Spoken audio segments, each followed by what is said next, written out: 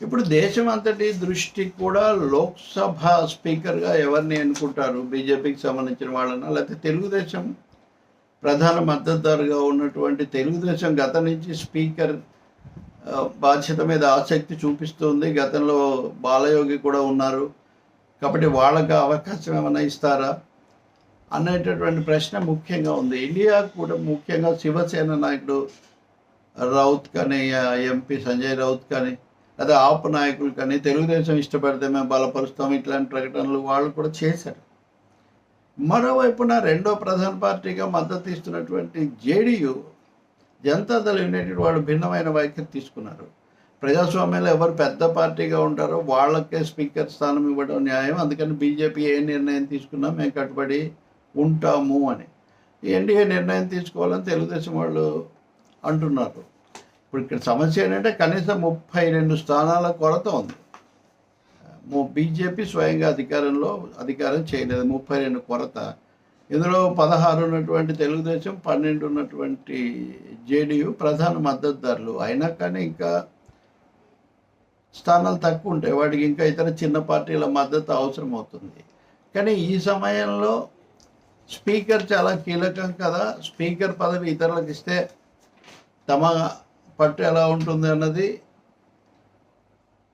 BJP ఆలోచన, BJP జంఝాటంలాగా కనిపిస్తుంది. సహజంగా స్పీకర్ తమకే ఉండాలని వాళ్ళు కోరుకోవచ్చు. తెలుగుదేశం పార్టీని దీనికి ఒప్పించడం అనేది ఇప్పుడు తెలుగుదేశం మీద ఫోకస్ ఉండటం చాలా కాలం తర్వాత కింగ్ మేకర్ చంద్రబాబు నాయుడు ఇలాంటి పనిచో ఉన్నాయి కదా. సో అవకాశం మళ్ళీ వాళ్ళకి వచ్చింది.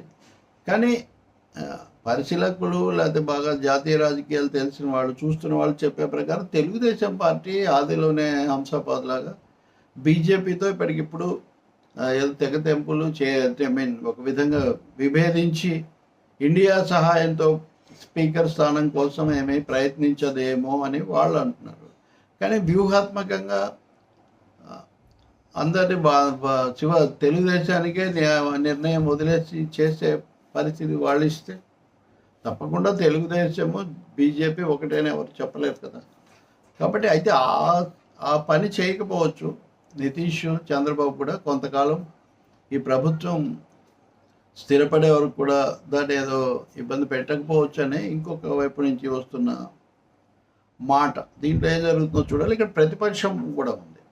అంటే గతంలో డిప్యూటీ స్పీకర్, ఉపసభాపతి స్థానం ప్రతిపక్షానికి ఇచ్చేవాళ్ళు. ప్రతిపక్షానికి కాకపోయినా ప్రధాన పాలక పక్షమైన కాంగ్రెస్, బీజేపీ లాంటి వాళ్ళకి కాకుండా అన్నాడీఎంకేకో, డిఎంకేకో ఎవరికో రెండు పెద్ద మద్దతుదారుగా ఉన్నటువంటి వాళ్ళకైనా ఇచ్చేవాళ్ళు.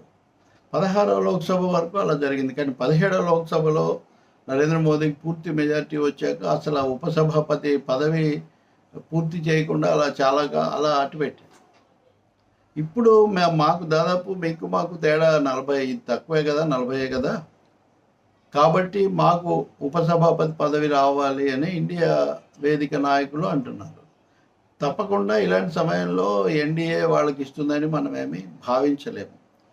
మీరు ఉపసభాపతి మాకు ఇవ్వకపోతే స్పీకర్ స్థానానికి మేము పోటీ పెడతాము అన్నది ఇండియా వైఖరిగా ఉంది.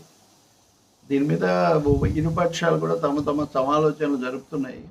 ఈ క్రమంలో తెలుగుదేశం పార్టీకి నిజంగా స్పీకర్ పదవి ఇస్తే అది చాలా పెద్ద విషయమే. స్పీకర్ కాదు బీజేపీ మేము అలాగే అట్టు పెట్టుకుంటాము అంటే తెలుగుదేశాన్ని ఒప్పించి వాళ్ళు అట్టు పెట్టుకునే ప్రయత్నం కూడా చేయొచ్చు. ఎందుకంటే జేడీయూ తరఫున కేసీ త్యాగి లాంటి వాళ్ళు మేము బీజేపీనే బలపరుస్తాం, బీజేపీనే అని అంటున్నారు. కాబట్టి తెలుగుదేశం ఒక్కటిగా ఎన్డీఏ భాగస్వాములు ఒక్కటిగా చేయగలదు. మిగిలిన భాగస్వాములు కూడా దాన్ని ఇష్టపడతారా లేదనేది కూడా ఒక ప్రశ్న. అంటే తెలుగుదేశం ప్రాధాన్యతను. సో బహుశా ఈరోజు సాయంత్రానికి ఈ విషయంలో మనకు స్పష్టత రావచ్చు. అభ్యర్థుల్లో కూడా ఓం బిర్లా మాజీ స్పీకర్, గత స్పీకర్, గెలిచిన స్పీకర్ ఆయన. ఇంతవరకు ఎవరు స్పీకర్లు గెలవలేదట గతంలో. ఆయన గెలిచి వచ్చాడు. అయితే ఆయన కూడా పార్టీ నిర్ణయం తీసుకోవాలి, నేను కాదు, నాకేం సంబంధం, ఈ పద్ధతిలో మాట్లాడుతున్నారు.